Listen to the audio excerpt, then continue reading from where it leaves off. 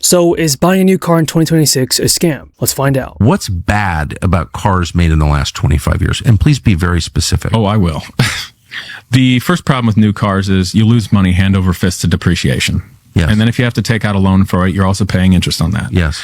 And one of the fastest ways I see normal people in general lose money is on new cars. Yeah. And they do it because they're afraid they can't work on it or service it. That's exactly That's right. basically the only real reason. Exactly right. But then you get dealerships that just find new ways to not do their warranty work because that's where they make a lot of money. And that's a separate thing. So a new car, I mean, that's nice if you can afford it, but rather than buying a new $100,000 truck or SUV, I'd rather buy this nice used one for, I don't know, 15 or 20. I had to say, but these new Toyotas, they're just not as reliable as they used to be.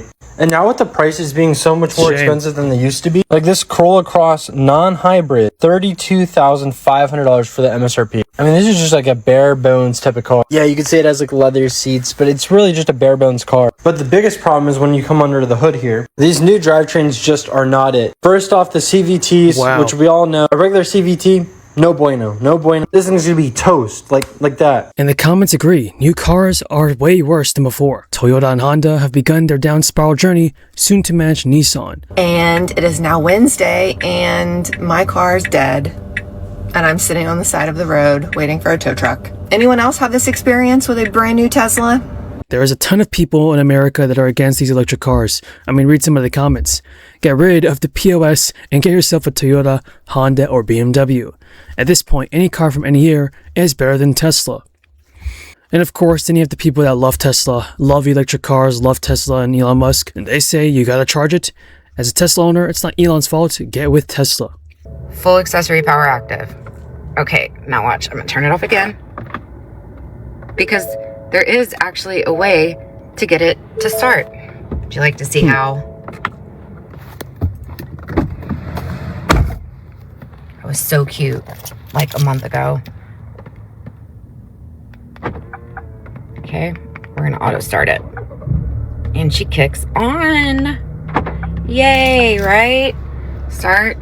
She stays on. Cool, cool, cool. What a hassle. That. Fantastic. You can hear the engine. Okay. But then as soon as I put it into drive,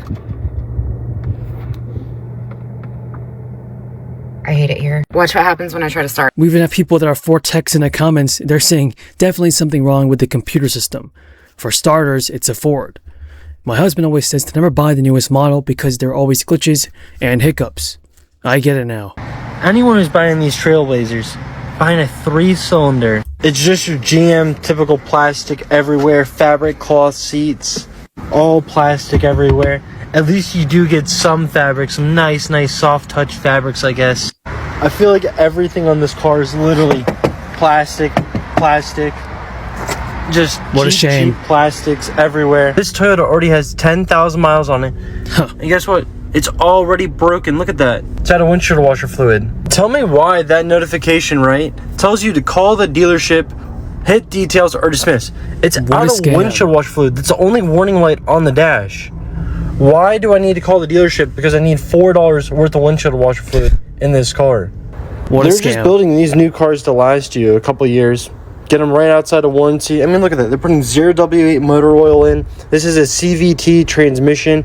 Nothing about this Toyota is built to last anymore. You can say, why then buy something new? Let me show you what happens when you buy used. But it's all rusted out. Ooh. That's the one downside to living up north. If you don't take care of your car like the previous two owners did, no fluid film, no cavity wax, this stuff just rusts out. There's literally no rockers on the driver's side.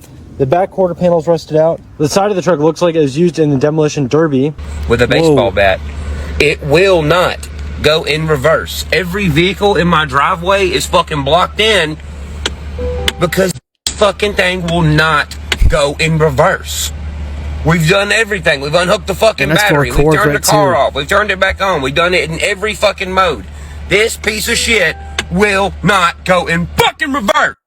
Everybody being like, what, do you not know how to work a parking brake? Do you see the fucking parking brake on? Drives fine, all that. Like, the gas mileage is cool. You know, I'm just not a hybrid guy. But the screen doesn't work. And every time I take the Supra, I get this as a rental. And this screen never works every time. Another classic problem with new cars. Yeah, that's what it does. Just goes blank white.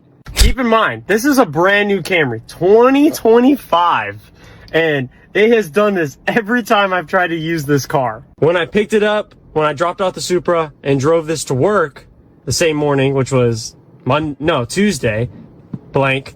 When I tried to use the screen on my way home yesterday, blank. Seems like these manufacturers are just using the worst materials to build these cars. It's awful. And some people say metal is a lot heavier, which is worse for fuel efficiency. Metals are worse if you hit something and your bumper collapses on your wheel and you can't turn your tires until you get a new bumper. Shame. She gone. 9,000 miles. Someone sold me that Duramax now, or 6.7. This piece of shit has left the group chat.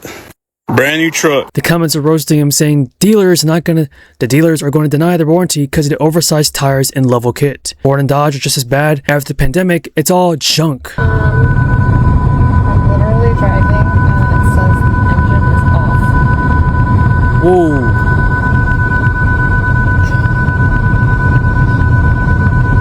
What is happening? A new Hyundai. We're literally building these cars so that you throw them away when they break. Literally, just throw them away when they break. Don't replace it. Don't fix it. Just throw it away.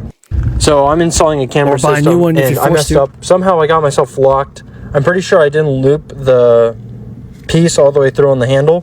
So basically, the door was shut. I pulled on it really hard. Door opens, but as you can tell, I broke this. Just a little plastic piece. I broke it. I mean, no biggie. I'll look online. Can't find it. I understand it's a newer car. This is 23. I'm like, shoot. Let's call the dealer. So the guy on the phone was like, he spent like 10 minutes. He calls me. He actually had to call me back. Calls me back and says, actually, we can't just get the door handle. I'm like, what do you mean you can't just get the door handle? You have to order the entire door panel. He even said it comes with a new window switch. Wow. And then I realized, because I took the dang thing back off, he's not kidding. It is like, they've molded the plastic around it. You cannot get this off. You cannot get that out. What the heck? I get like He's in this, for this a should lot never of money, break, right? a lot of expenses. But how many times have you replaced a window switch in a car? It gets wet with water. What are you going to tell me? I need a whole new door panel? It's only a cool $525. People would stop buying it, they would change it. This also should be illegal. The auto industry learned from the home appliance industry and did not lower prices. We're talking about right to repair laws and the manufacturer doing something about this, but a lot of these manufacturers, these car dealerships, they are just straight up fraudulent. Are new generational cars worse than old generational cars? Absolutely. I think the new model vehicles, I'm going to call it like 2010 and newer, are significantly worse than vehicles that are before that. This has to be the worst new car you could buy today. This is a Ford Mach-E. And it's not that this is a bad car from any driving or look standpoint. Yeah, it looks like Personally, I think it looks really good. I think the inside is really nicely laid out. You get that nice Tesla tag. You actually get a display, right? Like a normal car up front.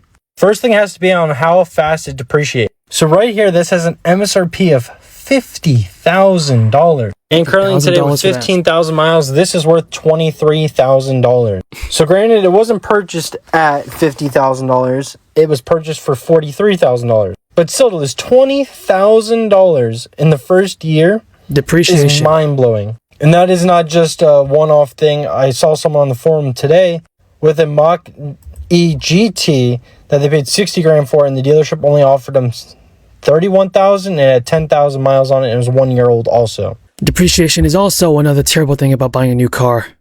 But for these people that are buying new cars, they are just going to have to deal with it.